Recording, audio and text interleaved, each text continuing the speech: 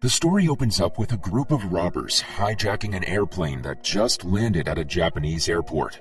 Outside the plane, a squad team is preparing to ambush the hijackers. Meanwhile, high-ranking officials are observing the terrifying situation in a panic.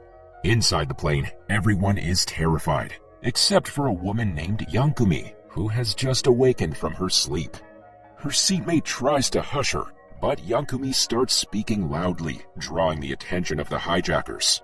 One of the hijackers even pulls a gun at her, but Yankumi seems unfazed and scolds them. She then starts arguing with the hijackers, and suddenly, gunshots are heard inside the plane. Following that, the police force prepares to attack and appears in front of the plane's exit door. However, everyone is shocked when they discover that the hijackers have already been defeated by Yankumi. This heroic act goes viral on live television, making Yankumi an instant sensation. Back at home, Yankumi's family celebrates her and says they're very proud of her actions. It turns out that Yankumi is not an ordinary woman, and she comes from a powerful Yakuza family. Her parents passed away when she was young, making her the fourth-generation heir after her grandfather. Furthermore, it turns out that Yankumi has been working as a math teacher at Akato High School for the past 7 years. However, she keeps her background a secret from both her students and fellow teachers. The next day, as Yankumi arrives at school, she notices her colleagues discussing about the recent plane hijacking rescue. Suddenly, the principal intervenes and puts an end to their discussion. He then takes Yankumi aside and advises her not to draw attention to herself in such big news stories, as it could expose her true identity. Yankumi also apologizes and assures him that it won't happen again. However, their conversation is suddenly interrupted when a new apprentice teacher named Odagiri arrives. He turns out to be Yankumi's former student, and she is overjoyed that her students are following in her footsteps and becoming teachers. However, she gets upset when Odagiri informs her that he is only doing this as a tryout, and it doesn't mean he will be a teacher. Later on, Yankumi brings Odagiri into the classroom and introduces him to the students. However, it seems like the students don't respect her and they simply ignore her efforts. Yankumi then invites her students to the field to learn more about Odagiri. Unfortunately, none of the students show up at the field, leaving her upset. Meanwhile, we see 5 students on the roof, whose leader is a guy named Reita. Reita and her friends discuss why Odagiri has suddenly come back as a teacher, because he used to be a very troublesome student. In the following scene, Yankumi's former students gather at a cafe and discuss that they saw her with a man. They're taken aback because they can't imagine Yankumi is capable of finding a boyfriend. While they chat about this, Yankumi and Odagiri arrive for lunch. She then introduces Odagiri to her former students, claiming he's a new teacher. Hearing this, her students realize that they misread the situation, and joke that Yankumi could never attract such a good-looking man. Hearing this, Yankumi feels bad and proceeds to scold them, but Odagiri stops her. After this, Yankumi and her former students decide to eat together, realizing it's been a long time since their high school graduation. As they eat, they begin sharing stories about what they've been up to since graduation. Later on, one of the students admits that they all initially thought Yankumi wouldn't be able to handle teaching and would quit soon. However, they're surprised to see that she has not only succeeded, but is still working as a teacher at the same high school.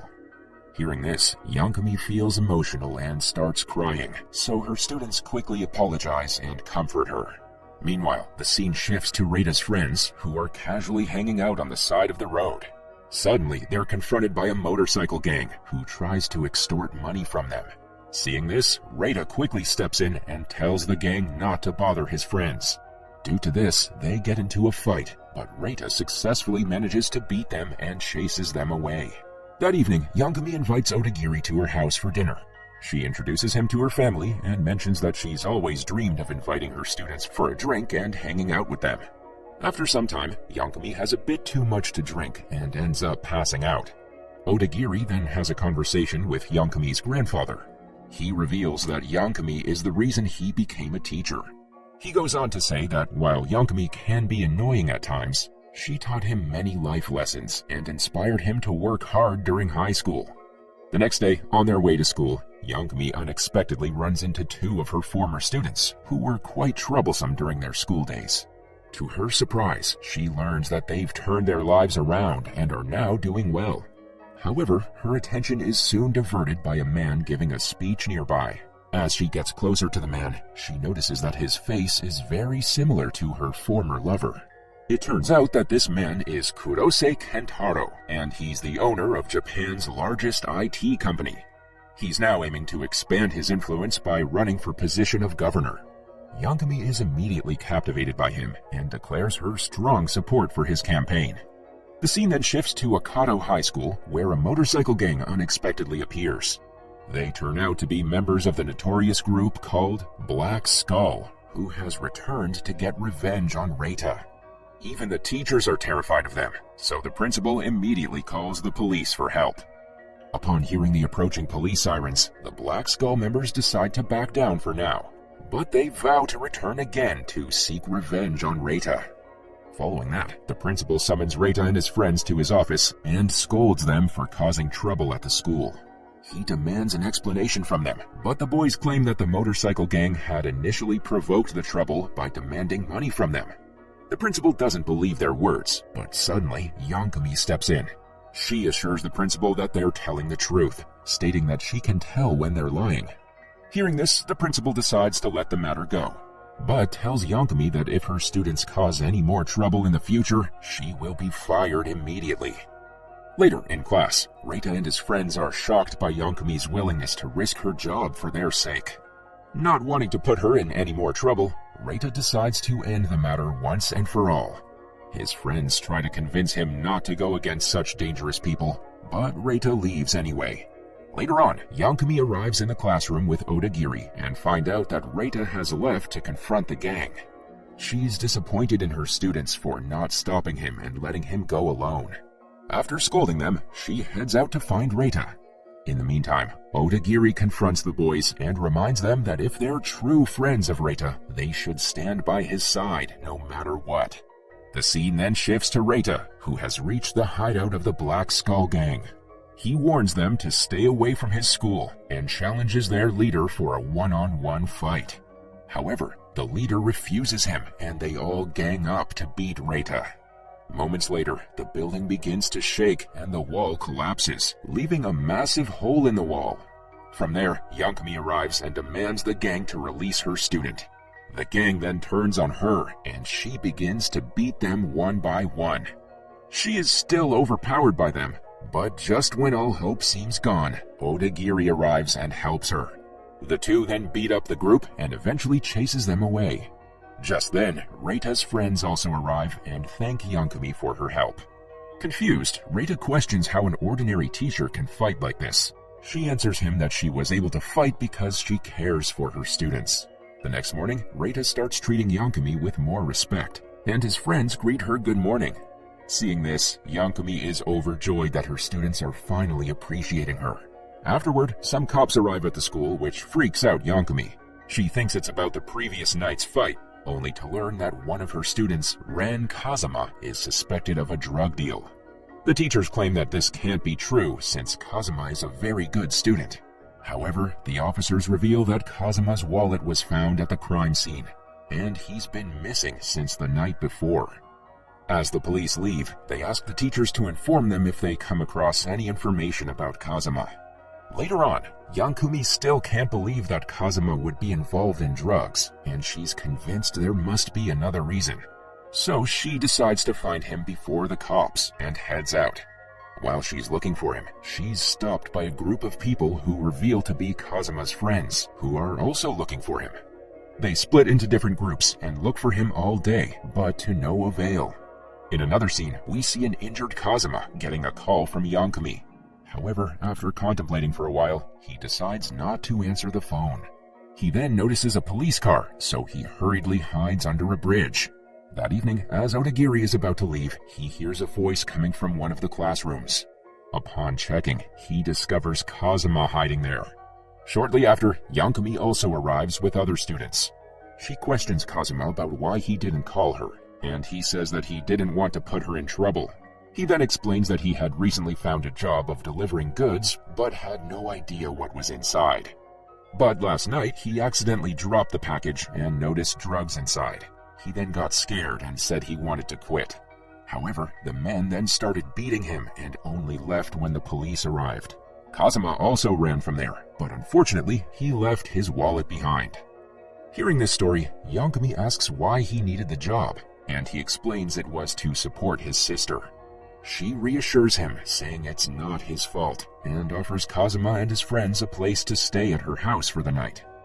Later at home, Yankumi orders her henchmen to investigate this drug dealer. Not long after, they successfully find out that the mastermind behind the illegal business is Kentaro Kurose. He's not just rich, but also incredibly influential, so it's tough to confront him and expose his crimes. Hearing this, Yankumi grows enraged and swears to expose Kentaro's actions to the public. But just then, Kazuma and his friends overhear the conversation and decide to take matters into their own hands to spare Yankumi from further trouble.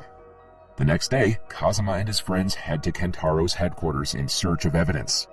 At the same time, Yankumi and Odagiri are on their way there as well. Upon arrival, they witness journalists preparing campaign materials for Kentaro. Afterward, Yankumi and Odagiri try to enter Kentaro's room. Meanwhile, Kazuma and his friends discover a room full of boxes containing drugs. But suddenly, Kentaro's men arrive and notice them. They then raise their guns and prepare to shoot Kazuma and his friends. But fortunately, Yankumi arrives just in time and defeats all of them. Meanwhile, Kentaro has started delivering a speech that is being streamed live. In his statement, he pledges to improve the city if he gets elected as governor. While he's still talking, Yankumi arrives on the stage and reveals all the crimes he's committed. Furthermore, her students appear behind the stage and broadcast the place where Kentaro keeps all the drugs. Seeing this, Kentaro's supporters are frightened and quickly leave the premises. Kentaro then gets enraged and tells his men to beat Yankumi. Meanwhile, many special troops are already stationed outside the facility. Even Reita and his gang are unable to enter since the authorities have detained them. Despite the odds, Yankumi successfully defeats all of Kentaro's henchmen. Kentaro then aims a gun toward her and accuses her of ruining his life. Yankumi then advises him to surrender immediately and informs him that he can restart his life. After a lengthy conversation, Kentaro eventually gives up. Soon after, special forces enter the building, prepared to take action against Kentaro. However, Yankumi advises the police not to shoot him because he has chosen to surrender. In the end, Kentaro is captured by the police, while the whole nation is amazed by Yankumi's bravery. The next day, Yankumi becomes a news sensation, and all the teachers, including the principal, commend her bravery. Later during class, she invites her students to play kick the can in the field. At first, the students are quiet, but after Reita urges them, they all join in. Soon, they joyfully run around with Yankumi as the movie comes to an end.